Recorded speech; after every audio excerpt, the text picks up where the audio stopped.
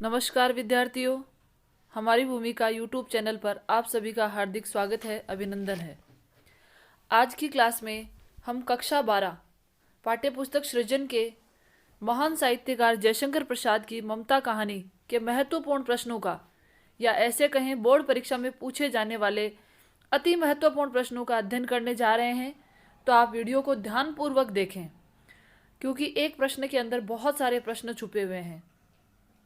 तो सबसे पहले आप प्रश्न देख पा रहे हैं, ममता कहानी का प्रतिपाद्य लिखिए। या इस प्रश्न को ऐसे भी पूछा जा सकता है, इस कहानी में भारतीय संस्कृति के किन किन मूल्यों को उभारा गया है। देखो विद्यार्थियों, प्रश्न 5 है, लेकिन उन प्रश्नों के माध्यम से बहुत सारे प्रश्न पूछे जा सकते हैं। मैंने आपको कहा था कि एक पाठ का प्रतिपाद्य जरूर पूछा जाएगा, भले ही कोई भी पाठ क्यों ना हो। तो प्रतिपाद्य का अर्थ होता है किसी भी पाठ का मूल भाव, उसकी केंद्रीय संवेदना या उसका उद्देश्य क्या है। तो जयशंकर प्रसाद एक ऐतिहासिक सांस्कृतिक साहित्यकार हैं। उनकी जो ममता कहानी है उसका उद्देश्य क्या है, वह इस प्रश्न में देखेंगे। तो किसी भी प्रकार से पूछे उत्तर यही होगा।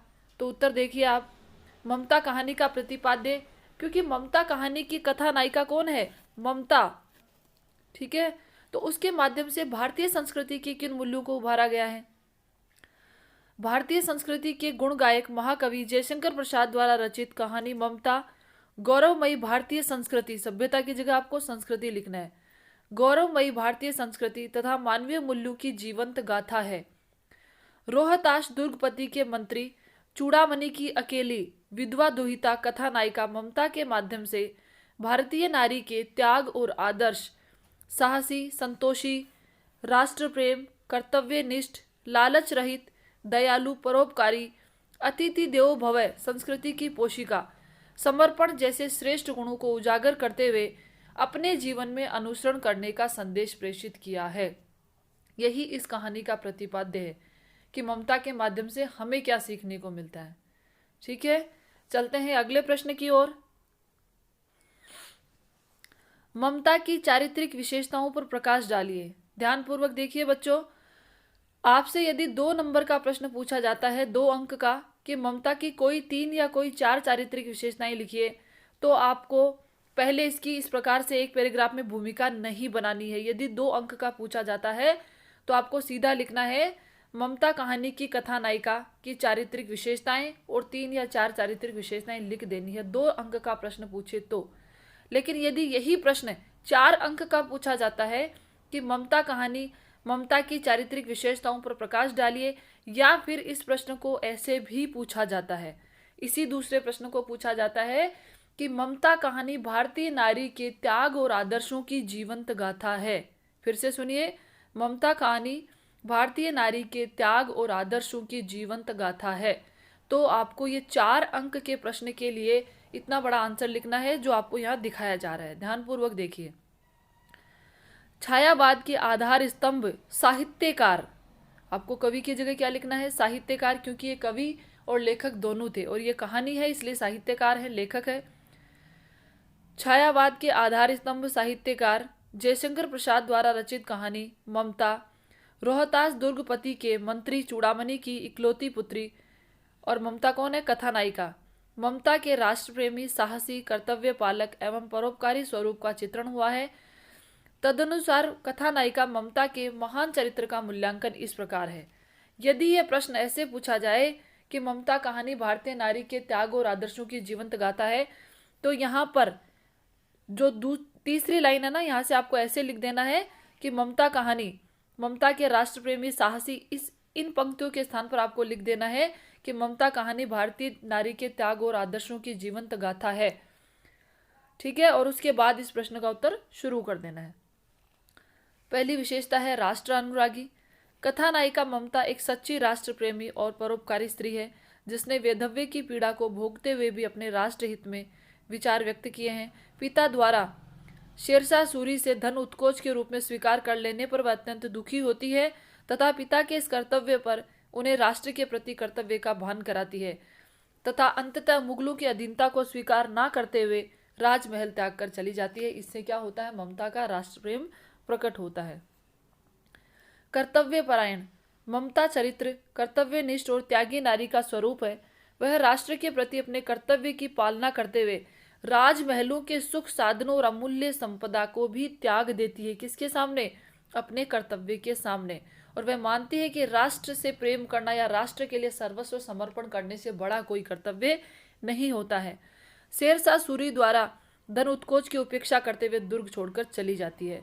और बहुत ही महत्वपूर्ण विशेषता इस कहानी की, अतिथि देवो भव की संस्कृति की पोषिका।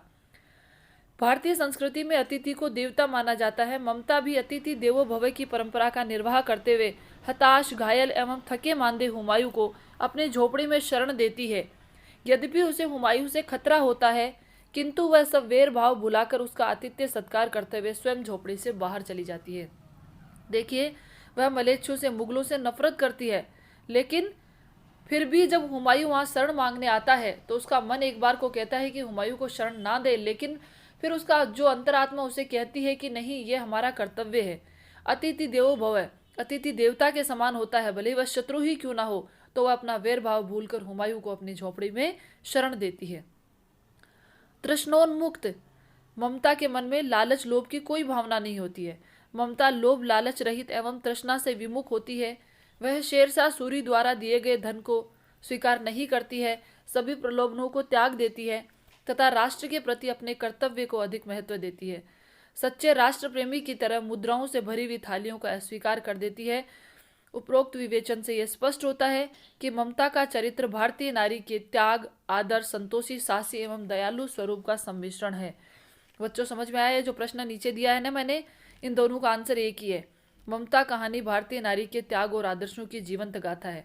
ये जो अंतिम पंक्तियां हैं, यदि ये प्रश्न पूछा जाता है तो आप अंतिम पंक्तियों को इस प्रकार से लिखेंगे।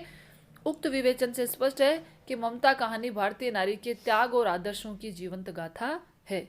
आ गया समझ में? अगला प्रश्न देखिए, बहुत सीधा प्रश्न है, लेकिन आपको इसलिए दिया है कि कभी कभी आप ऐसे प्रश्नों के बारे में तो सोचते ही नहीं है। ममता कहानी में इतिहास और कल्पना का सुंदर समन्वय हुआ, कहानी के आधार पर स्पष्ट कीजिए। क्या आपने सोचा है कि इसमें इतिहास क्या है और कल्पना क्या है? आपको हर एंगल से, हर दृष्टिकोण से सोचना चाहिए। प्रश्न पर, पाठ के ऊपर विचार करना चाहिए कि प्रश्न कैसे कैसे पूछे जा सकते हैं। ममता कहानी छायावादी काव्य के प्रमुख साहित्यकार जयशंकर प्रसाद द्वारा रचित एक प्रसिद्ध ऐतिहासिक पृष्ठभूमि पर आधारित रचना है, जिसमें मुगल बादशाह हुमायूं एवं शेरशाह सूरी के मध्य हुए चौसा के युद्ध का वर्णन भारतीय इतिहास से संबद्ध है। मतलब ये क्या है? इसमें इतिहास है, चौसा का युद्ध। वहीं ममता और चूड़ामणि का पात्र कथाकार की कल्पना का संजात है, यानी चूड़ामणि और ममता जो पात्र हैं वो जयशंकर प्रसाद की कल्पना से सृजित किए गए पात्र हैं। इस कहानी में इतिहास और कल्पना का सुंदर समन्वय हुआ है। अगला प्रश्न देखिए, पिता के द्वारा उत्कोच स्वीकार कर लेने पर ममता के हृदयगत भावों को स्पष्ट कीजिए। ये पूछा जा चुका है 2018 में। रोहताश में राज्य के मंत्री चूड़ामणि शेरशाह सूरी से स्वर्ण मुद्राएं उत्कोच के रूप में स्वीकार कर लेते हैं। जब ममता को इस कृत्य का ज्ञान होता है तो वह अत्यंत निराश होती है। आपको यहाँ पर ऐड करना है, वह निराश होती है क्योंकि उसका हृदय राष्ट्र प्रेम की भावना से ओतप्रोत होता है। ममता का हृदय राष्ट्र प्रेम की भावना से ओतप्रोत होता है, इस कारण वह पिता के इस कृत्य से निराश होती है और पिता को अनर्थकारी धन लौटाते हुए कहती है कि